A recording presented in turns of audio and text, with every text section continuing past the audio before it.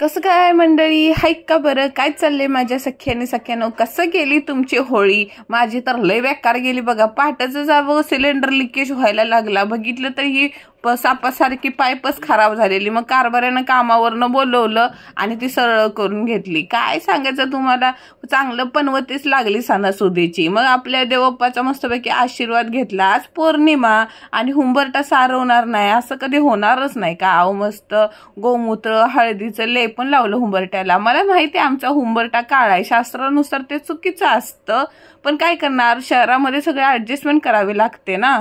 तशी तर स्वामी सेवा माझी रोजची चालूच आहे, पण आज पौर्णिमा ना, मग त्यामुळे मला जरा जास्त वेळ लागतो. पौर्णिमा आणि काहीतरी असं चांगले दिवस असल्यावर पूजेसाठी. आता तुम्ही म्हणाल कायम तो पूजेला हीच साडी का नसते? मी पहिलं पण सांगितले ना, ही साडी माझ्या आजीनं मला ढोळे जेवणाला घेतलेली आणि तो माझ्या मम्मीचा ब्लाऊज आहे. त्या दोघी पण माझ्या जवळ असल्यासारखं मला वाटतं बघा, म्हणून मी पूजेला नाही साईडला काढून ठेवलेले आहे बघा. माझा ना आज आहे ना स्वामी सारामृतचा 20वा अध्याय आहे. पहिल्यांदा स्वामी स्तवन वाचून घेतलं आणि स्वामींचा अध्याय वाचून घेतला. आज पौर्णिमा असल्यावर कुंकुमार्चन मी करते, तसं तर प्रत्येक शुक्रवारी करते, पण मला पौर्णिमेच्या दिवशी त्याला अभिषेक सुद्धा घालावा लागतो. हो, काय बोबडी वळते. हे आहे श्रीयंत्र. तुम्हाला स्वामींच्या म्हणजे दिंडोरी प्रणित प्रत्येक ठिकाणी हे तुम्हाला भेटून जाईल. पहिल्यांदा मी श्री सुक्तम वाचते, ते बोलता बोलता अभिषेक घालते आणि त्याच्यानंतर मी अष्टोत्तर नामावली ते बोलून आहे ना कुंकुमार्चन करते. कसं करते ते पुढे सांगते, थोडं थोडंच दाखवते व मला पूजेमध्ये लक्ष लागत नाही ना.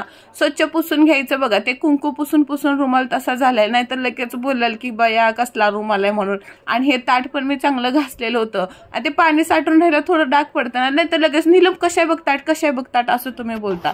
हे बघा, कुंकुमार्चन करून झाल्यावर असं श्रीयंत्र दिसतं. आता श्रीयंत्र कशाला? त्याच्यात आपल्या महालक्ष्मीचा आणि विष्णूचा वास असतो ना, वास म्हणजे राहतात, म्हणजे ज्यांना पैशासंबंधी प्रॉब्लेम आहेत, पैसा टिकून राहावा, त्याच्यासाठी हे श्रीयंत्रावर पूजा करायची असते. मी देवाच्या पुस्तकांसाठी वेगळं खोकं केलंय.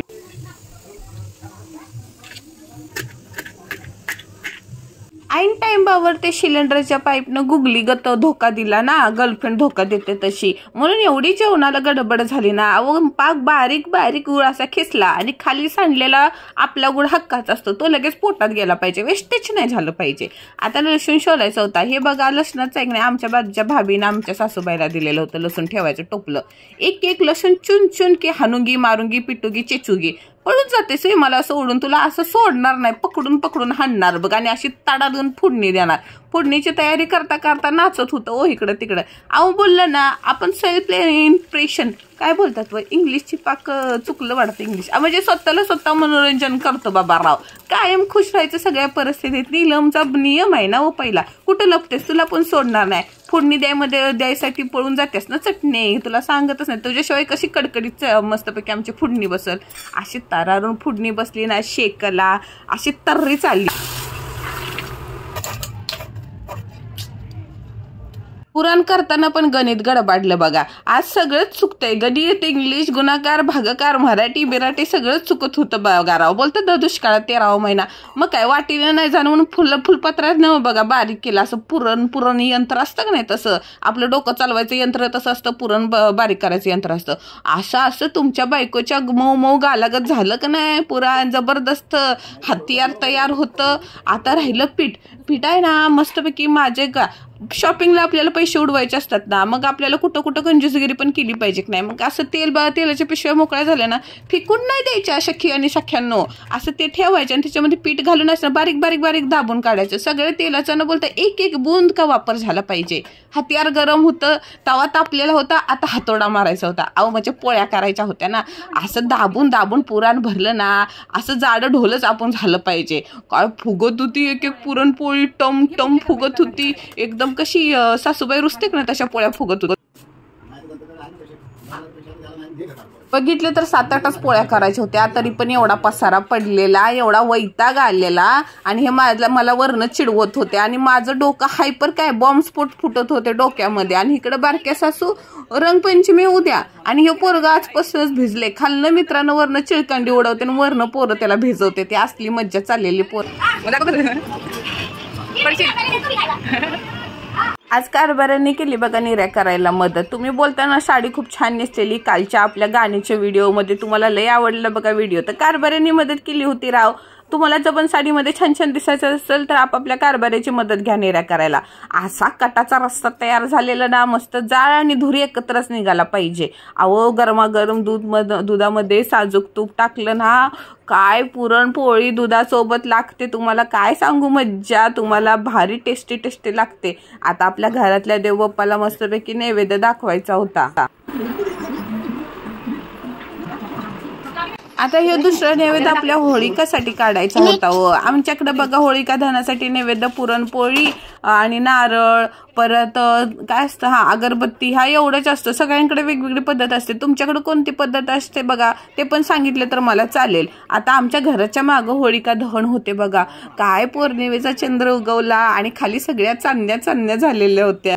होळी रे होळी पुरणाच्या पोळी, साहेबाच्या पोटात बंदुकीची गोळी, होळी रे होळी पुरणाची पोळी, गोरे गोरे गण्याची बायको काढी ये। तुम्हा सर्वांना होळीच्या हार्दिक शुभेच्छा। कोण गाणे ऐकत असेल तर त्याला पण सॉरी, काय करू गाणं असतं साहेब बाबा।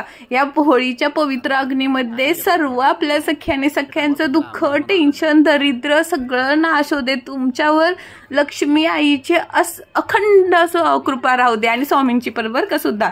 त्या काकी होत्या आमच्या बोलतात ना एरियाच्या नगरसेविका होत्या, आणि त्या त्यांच्या सुनबाई होत्या। बायकांचं हळदी कुंकू झालेलं होतं, आता इथं पुरुषांचं काम होतं। मग ते पण ज्येष्ठ मंडळी होते ना, त्यांच्या हातातून आपलं ते बोलतात ना अग्नी लावली हो।